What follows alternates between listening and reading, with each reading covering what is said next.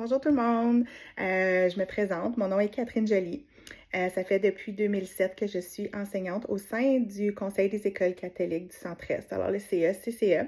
J'ai travaillé à tous les niveaux, de la première à la 8e année. Je suis présentement enseignante ressources et enseignante désignée de mon école. J'ai aussi œuvré comme enseignante lead pendant plusieurs années. Et puis, j'adore vraiment la pédagogie, j'adore l'enseignement, j'adore tout ce qui touche à la structure scolaire. Et puis moi, j'ai choisi aujourd'hui de vous parler de l'article de Pelletier parce que ça m'a vraiment interpellée. Il mentionne beaucoup que une direction qui se désintéresse à la pédagogie perd un peu de crédibilité.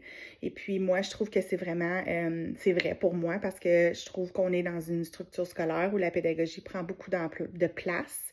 Et puis, je trouvais que cette partie d'article me parlait beaucoup. J'ai aimé aussi que l'auteur parle que le leadership peut s'apprendre, qui n'est pas seulement inné. Je suis d'accord avec ça parce que je trouve qu'avec l'écoute, quand on partage avec d'autres, quand on regarde des leaders qui sont inspirants autour de nous, on apprend puis on développe des nouvelles stratégies. Malgré que ça fait presque 20 ans que je suis dans l'enseignement, je vois quand même que j'apprends toujours. Donc, je peux voir que ça va continuer. Dans l'article, j'ai beaucoup aimé le lien qu'il a fait entre le jardinier et puis le technicien, puis les écoles. Donc, comme le jardinier, hein, on prépare notre terrain, on s'organise, on met des ressources en place, on s'adapte aux imprévus, on crée un environnement où chacun peut grandir. J'ai aimé cette comparaison-là.